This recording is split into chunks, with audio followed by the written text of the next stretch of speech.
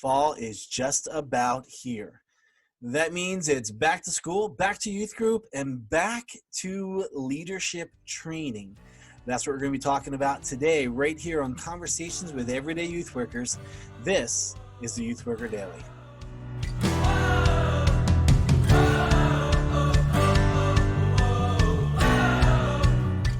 Hey everybody, welcome back to the Youth Worker Daily. My name is Jay Hyam, and here at the Youth Worker Daily, it is our hope to encourage youth workers just like you with tools, tips, resources, and helps so that you thrive in your ministry. This is Conversations with Everyday Youth Workers, the podcast of the Youth Worker Daily.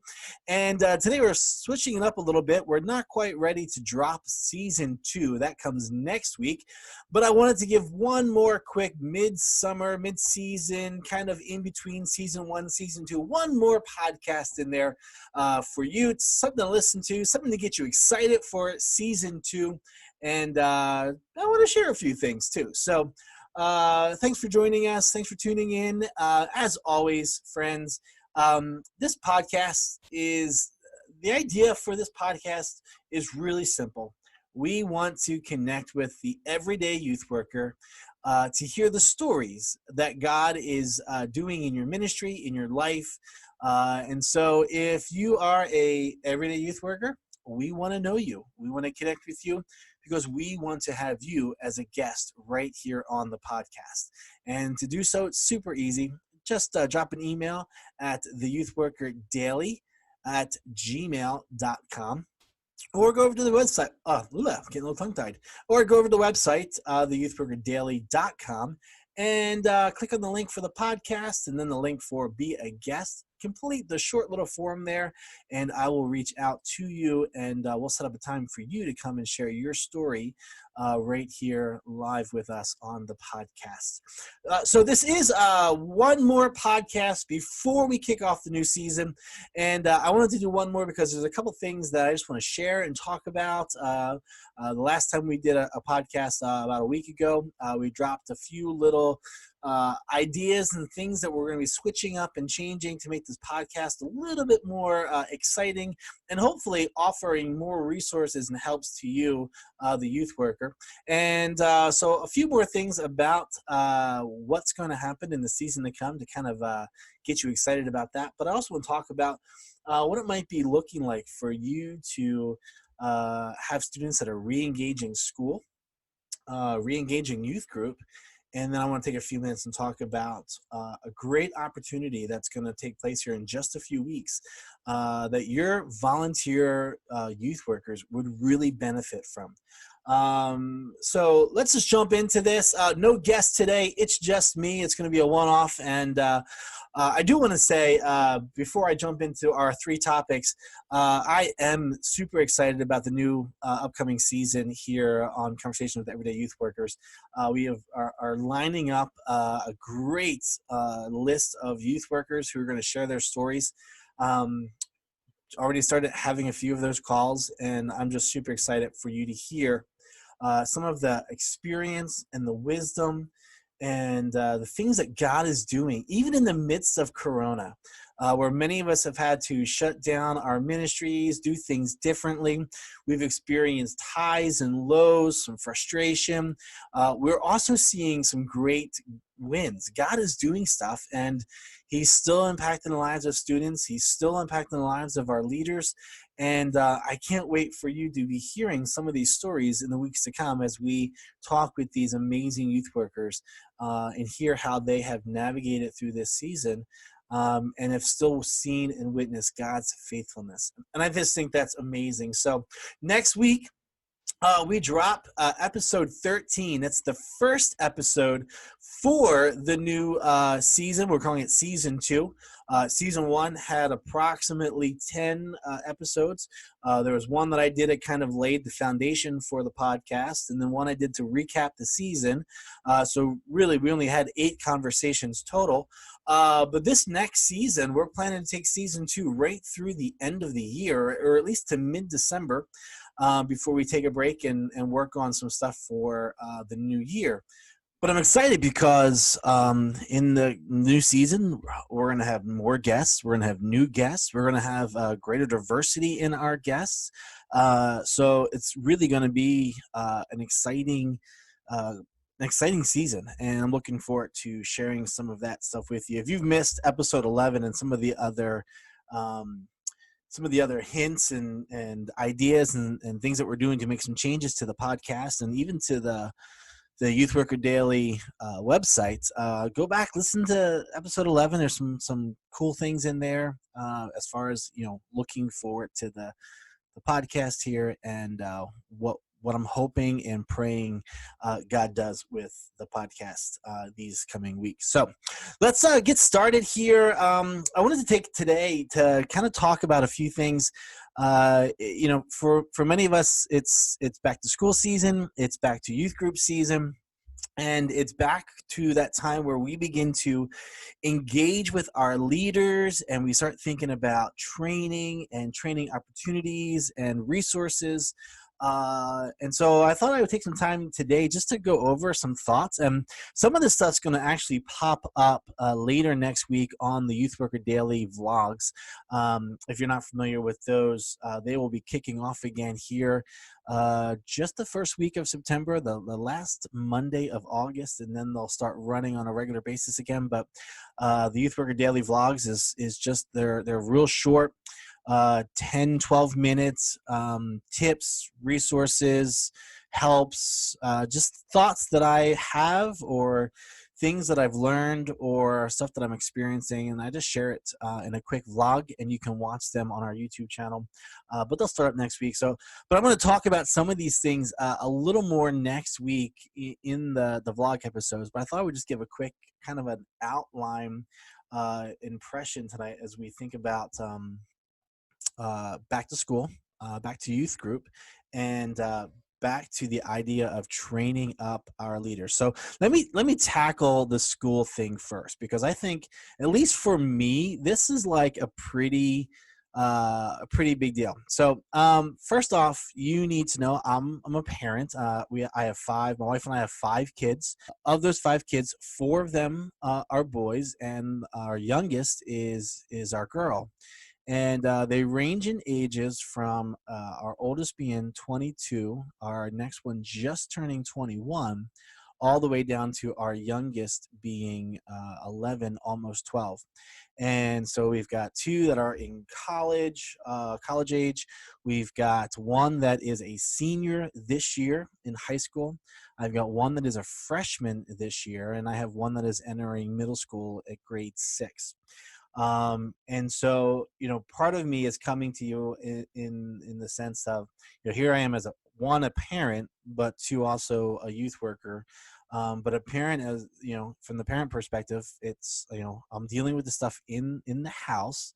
And as I think about going back to school and what that means for our family and for our kids, I got some feelings and thoughts about that. But also as a youth worker, as I kind of watch my students head back to school in various levels, there's just a lot of thoughts going through my mind. So now I don't know where you are and what your back to school routine is going to look like, or what the new routine will look like, as we all kind of have to adapt to corona restrictions and classroom requirements, mask wearing, weird scheduling of when you go to school and when you're not in school.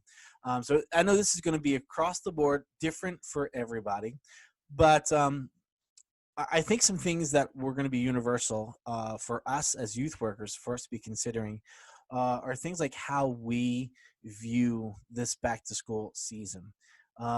And I say this because I think sometimes we go to the back of school routine, and there's that excitement about going back to school, excitement about being a grade older. We hype up back to school as an opportunity for us to get back to youth group, and there's just a lot of excitement. And I kind of feel like this year, some of that excitement might be might be held back, simply because there's so much that we just don't know with corona, and what be what looking like what back to school is going to look like. And I get also too that there are probably already some states where you and your students are already back to school. Maybe you've already been back to school for a couple of weeks now. But for where I am, we go back to school in about 2 weeks, not until after Labor Day do our students return. Um, and so as we think about that, I know there's a lot of mixed feelings about what school is going to be like this year. So here's kind of what I'm thinking from both a parent perspective and for the youth worker. I'm thinking we have an opportunity to kind of change the tone and the excitement level for school. And so as I thought about this, I was like, how can we be the best ones? How can we be the ones to best speak hope and encouragement into our students as they head back to school? Now, I've talked with a number of my students. Some of them are, they just want to get back to school because they haven't really been with their friends. They haven't seen their friends. And so they're just like, we don't care. We just want to go back to school. But then I have other students that are very much cautious and aware of Corona and have heard different things and are a little more anxious about what might transpire. And so here's my first thought. I think as we step up and talk with our students about returning to school, I think our first thing is we need to choose the path of encouragement. We need to be the ones that,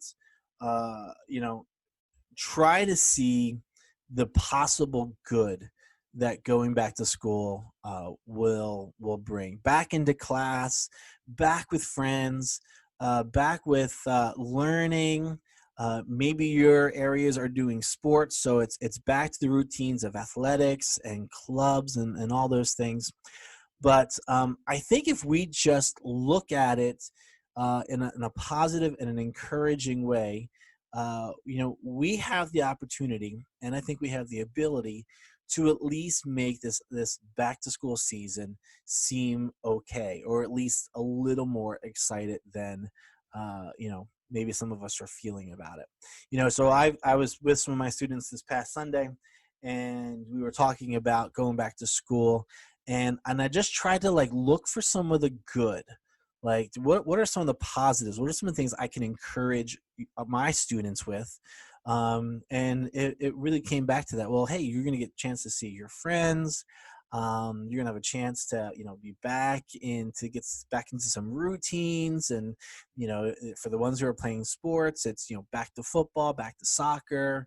And I just thought that was if we're going to do anything, we need to be encouraging them at this season, because if for our school district, there's a really weird scheduling that's going to take place, and so it's some of the students aren't going to see their friends because they're in different rotations.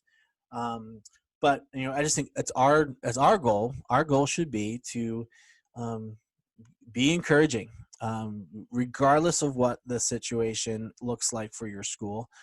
Be the one that chooses encouragement. And I say this because the next thing I think of that, if we're numbering these, maybe number 2 is don't be negative, because I think there's already enough negative already out there.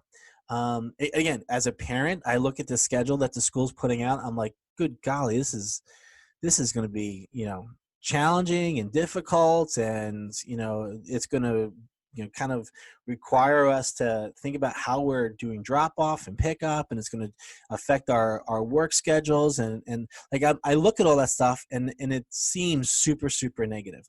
And I think what we need to be is we need to not be negative.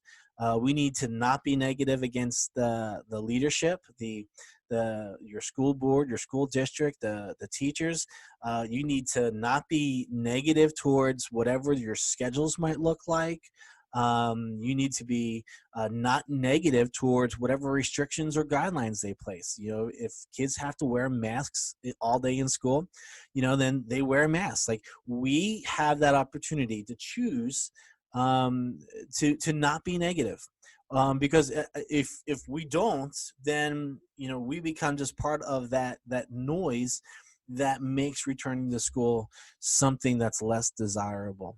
And, for me, I don't want to be a part of that negativity. I don't want to be, the parent or the youth worker that's just dogging the school district. And I know I'm saying this because I've already caught myself in conversations. I've caught myself talking with other parents, and I know I've been negative. I know I have not supported and encouraged the way I should have. And so, part of this whole list is me saying, hey, we got to do better, and I want to do better. So, be encouraging towards your students and towards parents, and don't be negative. And I'm separating those two things out because you're probably thinking, well, yeah, the opposite of being encouraging is being negative, sure. But I think we need to say that we're going to choose not to be negative, or we're going to choose to not participate in the negativity that's maybe out there circling the community. And I think the third thing, again, if we're numbering this, number three, I think we need to choose to support the school leadership. Whether we agree, disagree, wherever we sit on the corona spectrum of how serious, non-serious, do we wear a mask, do we not wear masks? I think we need to set those personal things aside just for a second, and I think we need to support the school leadership.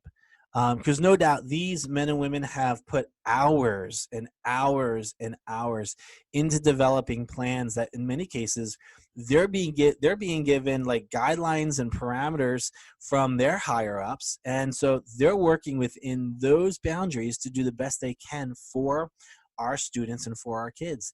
And I don't think anybody just rolled out of bed one day and said, hey, here it is, boom, and the plan was put on paper, and we're going with it. I think these are plans that have been thought out, talked over, picked apart, critiqued, and just they've developed over time and over conversation. And where we might not agree with all of the things that they're going to do, I think our best position is to at least support the leadership and the ones who have the authority, because they're the ones that have put the time in it. And if you are a parent, I know many school districts did this. They sent out survey after survey after survey asking for parents' input. Now, if you're a parent that you shared your input, great, awesome. Trust that your input was considered and part of the plan involves your input. But if you didn't take the time to complete the survey and you're not happy with what you're seeing, well, I don't think you really have the say to complain, because you didn't participate. And I think as youth workers, I think we need to take the position again to support the leadership. And kind of you don't have to go to bat for them, but don't get caught up in some of that negativity that is out there. So as we head back to school, a couple things. One, like I said, be encouraging.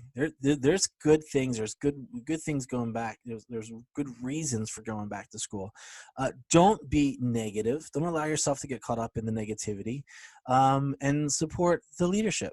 Support the school district. Support the superintendents. Support the teachers, because they're going through this just like you guys are, and and maybe some of the teachers aren't even happy with what's going on. But our goal, our job as youth workers is to be on the right side of all of this.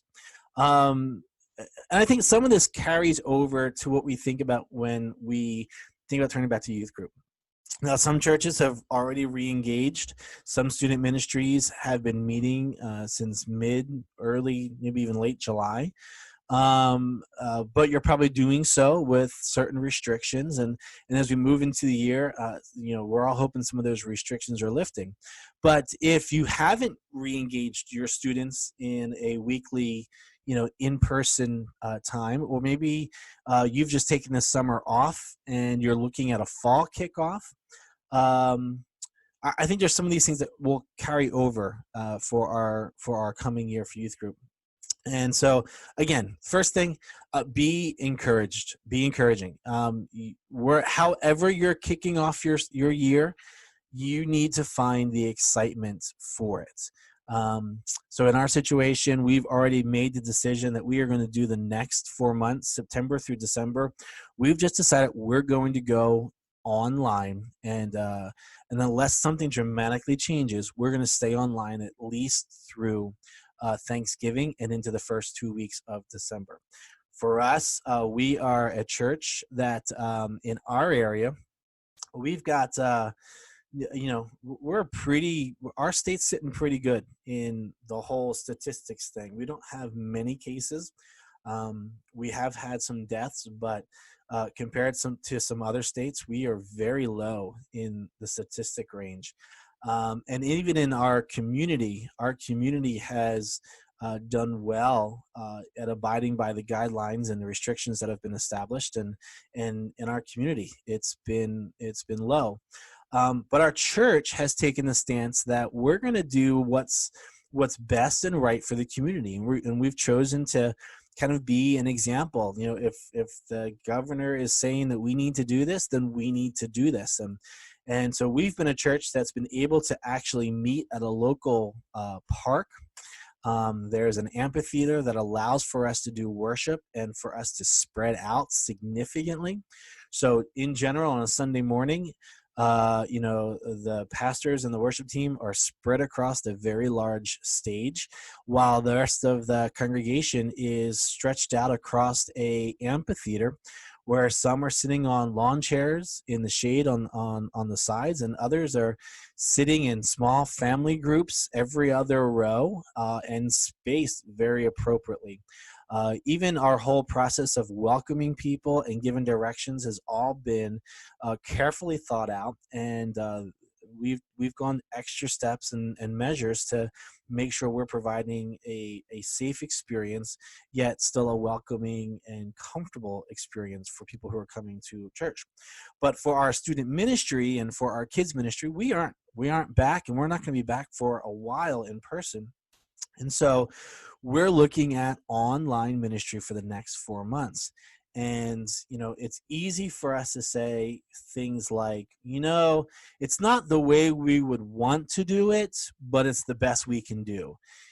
I don't think that's the right attitude for all of this. I think we need to find the excitement and the encouragement in getting our kids excited that we're coming back, and it's going to be online, and it's going to be great, and we're going to have great content. We're going to have engaging games. We're going to have appropriate messages. We're going to have worship and involvement, and we're going to do the very best we can to create an experience for our students where they are feeling like they are connecting again with our student ministry. And so we've already started having the dialogue with our leadership to say, hey guys, we're going to get excited about this, and we're going to be encouraging about this, and we're not going to deal with comments, or we're not going to wallow in, boy, I wish we could be together again, because that's just not a reality, and that's not helping us build excitement. And so at my leaders meeting just a little while ago, I said, we're going to change the language, and we're going to change how we talk, because it is exciting. We're getting back together, and it's going to be a great season. And because we've made the decision to be online, it gives us the time to actually plan well, get people involved, and to do things so that it is done well. And so first thing, as you're coming back to youth group, be encouraging. Find the things that you are excited about. Find the good of what you're doing, and begin to exploit that. Have some fun with it. Get the kids excited about coming back to youth group, even if it's online. And we'll talk more about some of those maybe ideas to get your kids excited on some of our vlogs coming up in a week or so. The same thing with the back to school thing. I think you need to stay away from the negativity. Wherever you are personally in the whole corona thing, I think you just choose to not get involved with the negativity. Don't allow yourself, don't be parts of conversations where you're saying or making the comments, we're going back online again. I think everybody knows that we would all much rather be together. I don't think we need to be making any more excuses or any more comments for that. And I just think it just sets a negative tone to everything for us as leaders and for the students. And so just avoid the negative. And with parents, you want to make sure that you're being encouraging to parents, because you want their support. You want them to be encouraging their kids. And so you want to make sure you're not getting caught up in some of the negativity. And I know that's something that I will often do with a parent that I trust. I will find myself a little more with my guard down, and I will say things, and so I'm going to choose to be a lot more careful about how I talk about our next season of being online, because I don't want to be trapped up in the negativity. And then lastly, same thing. Number 3 is going to be support the leadership. And I am super proud of our leaders here at my church. Our elders and our pastoral leaders have just handled this whole season with a lot of grace, a lot of patience, and a lot of wisdom. And at first, I'll be completely honest, I really was not thrilled to the fact that we were not able to do some of the things that we were hoping to do this past summer. But we chose to, honor and respect and be in line with our leadership, and it has kept relationships strong. Again, there has been grace on both sides.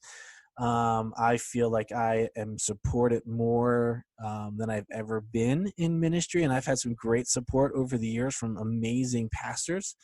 But just choosing to whatever it is that your leadership says, um, stick to that, honor that, do that, because I think when people look at you as a church at whole, when we can demonstrate that single-mindedness, that connectivity, that the Bible talks about, when we have all things in common. Like, this is a great example of us actually having something very practical. When we just say, hey, for the good of the church, for the good of the kingdom, for the good of the people in our communities, this is our position. I think that's where we get to see some really exciting wins. And no doubt this summer we have seen some of those wins in how our church has chosen to handle the coronavirus, and yet still engage with our congregation, our people. And we've continued to have worship outdoors. We've continued to have worship online. And I think people are realizing that we've tried to do our very best, and I think that's being seen and heard. So real quick here, guys, back to school, back to youth group. 3 things: be encouraging, speak encouraging words, get excited about whatever it is that you're looking forward to and doing. Don't be a part of the negativity. Avoid the conversation, change the conversation. And just don't allow yourself to get caught up in those negative conversations and negative thinking.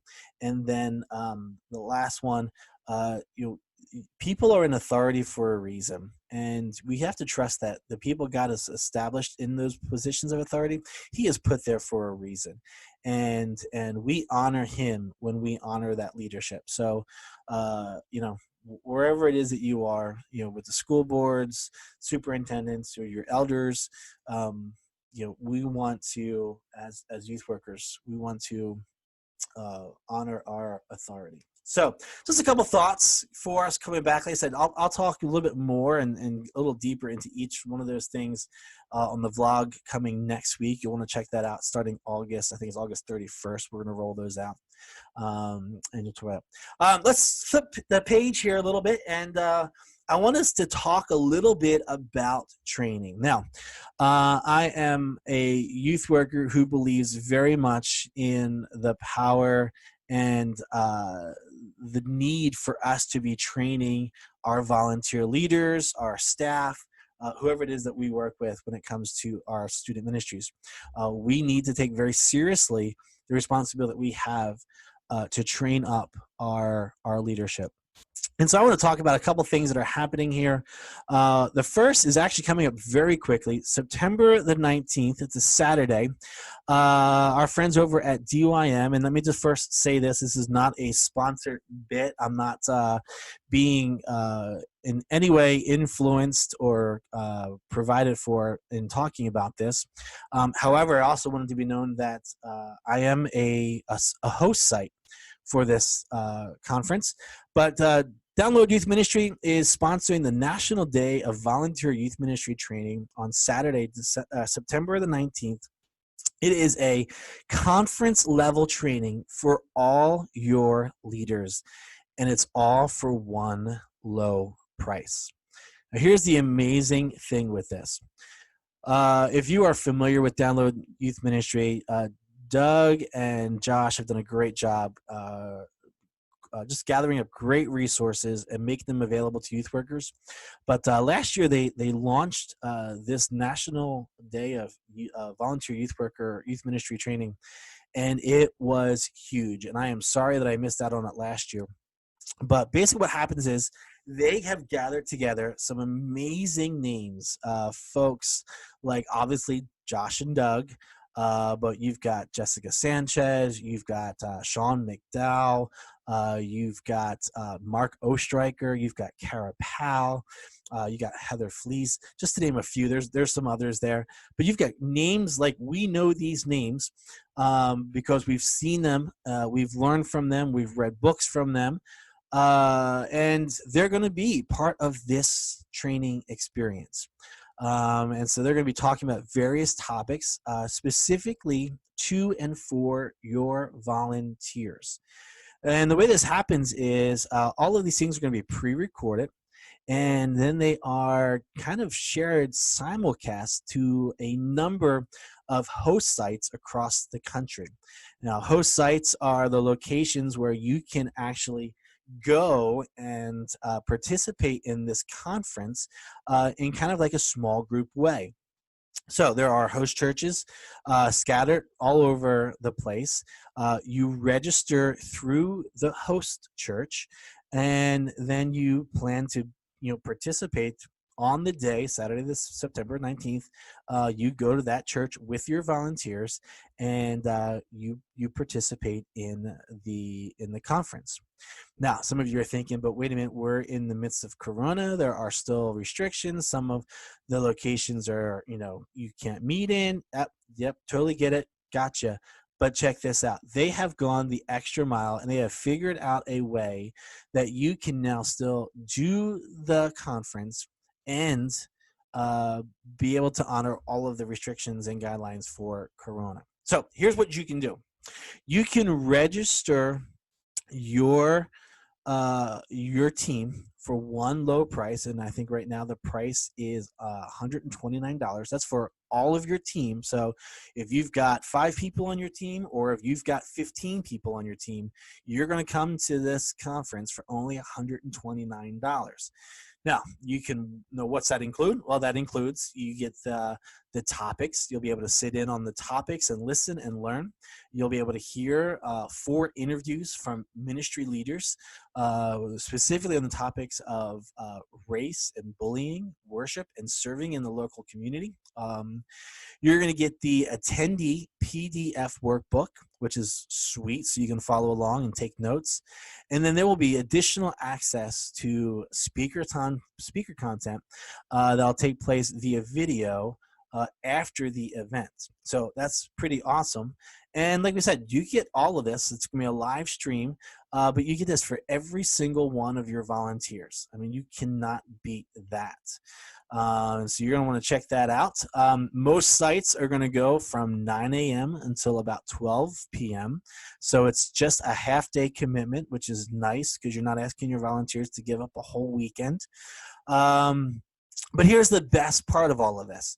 They have figured out a way that they're going to make this so that if you are near a host church that is allowed to host this event in person while maintaining whatever guidelines they may have in their community, you can still gather together and meet and do the conference. But if you can't, there is now the option for you to watch online from the comfort of wherever it is that you feel like you and your leaders can meet. So maybe you're staying at your church, or maybe one of your leaders is hosting you at their home or on their back porch. But you can now, you'll have access to be able to watch this where you can watch it. So for instance, here where I am, we are not able to um, host as we had planned. We were planning to open our doors and have a really great day of the conference. But again, our leadership have made the decision that we're going to keep our doors closed until the timing is right. And so that means we cannot physically open up and host. However, you can still register with us, and then I will help you get set up so that you can watch it where you feel most comfortable watching it. So that's a pretty sweet deal.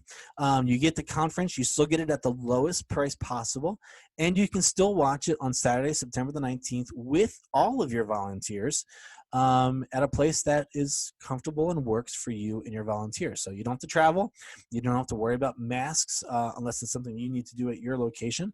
But it's a really, really sweet deal. What I'm going to do is I'm going to put links for all of this in the companion blog. And there'll be information on the Youth Worker Daily website, so you have all of this information and you can register. And I would encourage you to go and register, because while it's getting close, like, you can still make this happen very easily. I know that my leaders will be gathering and we will be participating in this conference because we can do it here with my leaders. We just can't open the doors to the public. So that'll be really, really cool. There's another way, though, that you can still do this. If you cannot do September the 19th, you can now watch this later with another new option. So the option is it's a watch later option where you can download the content and customize the experience and then train your volunteers online or in person, however works best for you. Now, to purchase this, it's $2.99, which is still a great price. And basically, you get everything that you would get if you were coming to it in person. You get all of the downloadable videos for the training. And then for a bonus, you get the download of the National Day of Volunteer and Youth Ministry Training 2019 video at a $500 value. So you actually get last year's content as part of your purchase for this year. So, hey, that is a win-win either way. But again, you need to register for this, so you want to make sure you go and do that. And you can click over and do that right now by clicking on or going to my website, theyouthworkerdaily.com, and getting registered there. Or just wait till this podcast is over and then go and do it then. But you got to register. So, hey, that's coming up Saturday the 19th. I was hoping to get someone, either Doug or Josh or somebody, to talk about this here, but we're getting a little too close, and the new season is going to kick off here, and I wasn't able to make all that happen quick enough. So, but the Download Youth Ministry, the National Day of Volunteer Youth Ministry Training, Saturday, September 19th. Guys, it is really something you should consider participating in. $129 if you do it on the 19th, $299 if you choose to do it on your own, and you can register for it right now at theyouthworkerdaily.com. Just click on the link for the DYM training. There's some other things that are happening. I'm hoping to have a little bit more conversation about this one in particular, but notice broke just recently that the National Youth Workers Convention, which is held every year sponsored by Youth Specialties, Download Youth Ministry in Orange, it's not happening this year. Well, I should say it's not happening in person this year. They are still going to have it, but they're going to have it online as a virtual conference. And you want to check out their website for this. It's really kind of a neat thing. They're calling it the Youth Ministry Exchange, and it's going to take place in October. And it's going to be a 2-day event that allows for you to gather virtually online and connect with other youth workers. And so it'll be kind of like a cool, unique way of doing the conference. There are 4 partners in on this. It's going to be Download Youth Ministry, Youth Specialties, Orange, and the Fuller Institute. And you're going to see a lot of the names that you would normally have seen at the convention will be part of this. But it looks really cool. I've already gone ahead and I've registered simply because I'm a huge YS fan. I love Youth Specialties. I love the National Youth Workers Convention and the folks who are behind it. I've worked with them for a number of years on the volunteer team. I've gotten the opportunity to get to know these guys and girls, to know their hearts for youth workers, their passion for this event.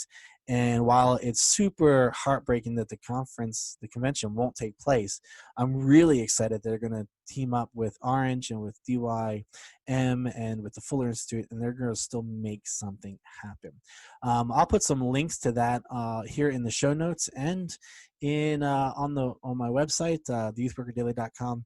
And I would encourage you to go ahead and check that out. I do think they are doing an early registration. Like if you sign up, I think this week or next week or something like that, there's a really low price to get in. So I don't know all of those details yet, simply because all this stuff just broke this week. So you want to get out there, you want to listen, and you want to find out, and you want to get yourself registered for that. So that'll be really, really cool. And as far as other conferences, I mean, I'm hearing of some things that are, that happen every year, not going to happen this year. So it's going to be an interesting year for training. And so, yeah, we're just going to wait and see what all transpires. And of course, we'll talk more about training in upcoming vlog episodes because like I said, I'm a guy that's big on making sure our leaders are trained. If you're not training your leaders, if you're not doing something to make your leaders better leaders, you need to seriously start thinking about how to up your game in that. One of the exciting things, we're going to have an episode here in season 2 where we're going to talk with someone who does incredible leadership development, and he's going to be on the podcast. And I'm so excited for youth workers to get to know him and hear some of his story, but also get some great leadership thinking going, some great leadership development going for your leaders. So stay tuned for that because that's going to be great. All right, so that's a lot of stuff here. It's a little weird to be doing this just by myself, but I wanted to get something up here. We're about to launch season 2, and I wanted to have just one quick little podcast to put up for you guys before we launch the new season. So, guys, as always, we want to take a few minutes to say thank you. Thank you for listening. I've been watching over the last couple days. Our downloads have been increasing. More people are hearing about the podcast and listening to the podcast. So if you are one of our newer listeners, welcome. So excited you're taking some time to listen and be a part of this conversation. We would love to have you as a guest. This podcast, the way it works is it's not a podcast that simply goes after guys who are writing books or who are publishing podcasts, or this is for the everyday youth worker. This is for the me and you who do ministry, and there's a good chance no one's ever going to hear our story. But God's still doing awesome things in our ministries. He's using us in incredible ways, and those stories need to be heard. And that's what this podcast is really all about. So as we kick off season 2 next week, like I said, we've got a great lineup of youth workers, and it's going to be a lot of fun. We will have the occasional author, or the names that are out there. We'll have a couple of them on the podcast. Super excited about that. But really, the heart of this, what we're desiring, is we want to share the stories of youth workers. And so if you are a youth worker, we want to get to know you. We want to hear your story, and we want to share it here on the podcast. So if you would like to be a guest, you can do that very easily. Shoot us an email at theyouthworkerdaily@gmail.com, or visit the website. Click on the link for the podcast. Click on the link for I want to be a guest, and you can complete the form, and I will be in touch with you. But we really do. We're looking for more diversity. We're looking for, couples in ministry. We're looking for women in ministry. We're looking for guys in ministry. We're looking for, youth workers who've been doing it for 10, 15, 20 years. And I'm looking for youth workers who are in the first year of their ministry career. I just want to hear from more of you. So if you fall in any of those categories, love to get you to be a guest on the podcast. So go ahead and do that. All right, we're going to wrap things up here. Again, let me say it one more time. Season 2 drops next Thursday. It's already recorded, up and ready to go. And so next Thursday, I'm so excited. I got our first guest of the new season is a good friend of mine, Mr. Brian Lucas, will be here with me. He has a great story, probably one of the longest podcasts we've recorded thus far. But man, we had such a great conversation, and he's doing such great stuff. And the things that he's learned and had to pivot with Corona. I mean, there's so much good stuff there. I can't wait for you guys to hear it. So join us next Thursday as season 2 drops with our very first guest of the season, Brian Lucas. You're going to love it. Other than that, guys, we want to say thank you so much for being here today, for listening. So glad that you took the time to check in. Don't forget to look us up, theyouthworkerdaily.com. There you're going to find the companion the companion blogs, other podcasts, other resources, ways to get a hold of us, to connect with us, and we want to encourage you to check that out. I'll also be looking, next Monday drops the next season of the Youth Worker Daily Vlog, 10 minutes, 12 minutes of just resources, tips, helps, and how-tos so that you guys can do ministry better. All right, so that's going to do it for us. Thanks so much for watching. This is Conversations with Everyday Youth Workers. My name is Jay Hyam, and this is the Youth Worker Daily. We'll see you all next Thursday.